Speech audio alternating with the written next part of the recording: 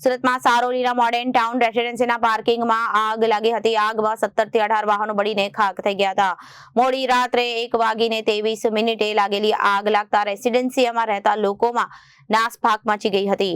બનાવની જાણ થતાં ડુંભાલ, ડિંડોલી અને પૂણા ફાયર વિભાગનો કાફલો ઘટના સ્થળે આવી પહોંચ્યો હતો અને કુલિંગની કામગીરી શરૂ કરાઈ હતી।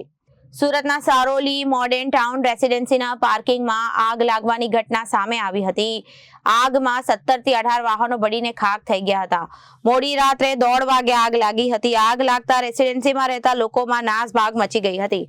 બનાવની જાણ થતાં ડુંભાલ, ડિંડોલી અને પૂણા ફાયર વિભાગનો કાફલો ઘટના સ્થળે પહોંચી આવ્યો હતો, જ્યાં ફાયરના જવાનોએ પાણીનો મારો ચલાવી પોણા કલાકની ભારે જહેમત બાદ આગ પર કાબુ મેળવ્યો હતો।